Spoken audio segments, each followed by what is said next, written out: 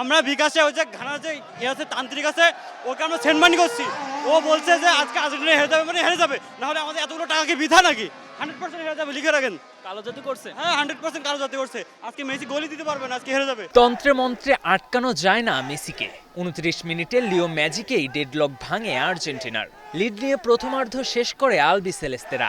ভক্তের কণ্ঠে তখন আনন্দ সঙ্গীত। Argentina, vamos, vamos a ganar. Usted barra, Culembera, entonces está di alantar. Messi, Messi, Messi. গানের অর্থ বোঝা না গেলেও পছন্দের দলের প্রতি ভালোবাসা ঠিকই বোঝা গেল। তবে বিরতির পর একই হাল। 59 মিনিটে গোল হজম করে মেসিরা। কাবু ভার্দে ম্যাচে ফিরতেই গুটি কয়েক ব্রাজিল ফ্যানের শেকি লাফালাফি। আর্জেন্টিনা ভক্তদের চোখে মুখে তখন রাজ্যের হতাশা। ম্যাচ গড়ায় অতিরিক্ত 30 মিনিটে। সেখানেও নাটকীয়তা। নীরবতা তখন ড্যাফোডিলের অডিটোরিয়ামে। গা ছমছম, কি হয়। শেষ পর্যন্ত জয় পায় আকাশী নীলরা।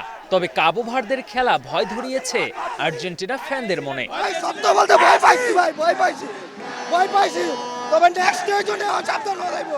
ভয় পেলেও এমন একটা জয়ে বেশ খুশি আর্জেন্টিনা ফ্যানরা। বলার মতো ভাষা নেই। It's just amazing. কি নিতে পারতেছি না। তবে পছন্দের দলের ভুল ধরিয়ে দিয়েছেন নিজেরাই। সেই সঙ্গে করেছেন কাবু ভার্দের প্রশংসা।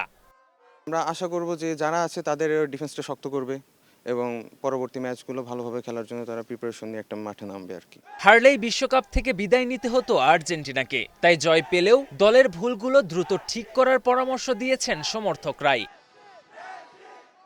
কেএম সনি, স্টার প্লে।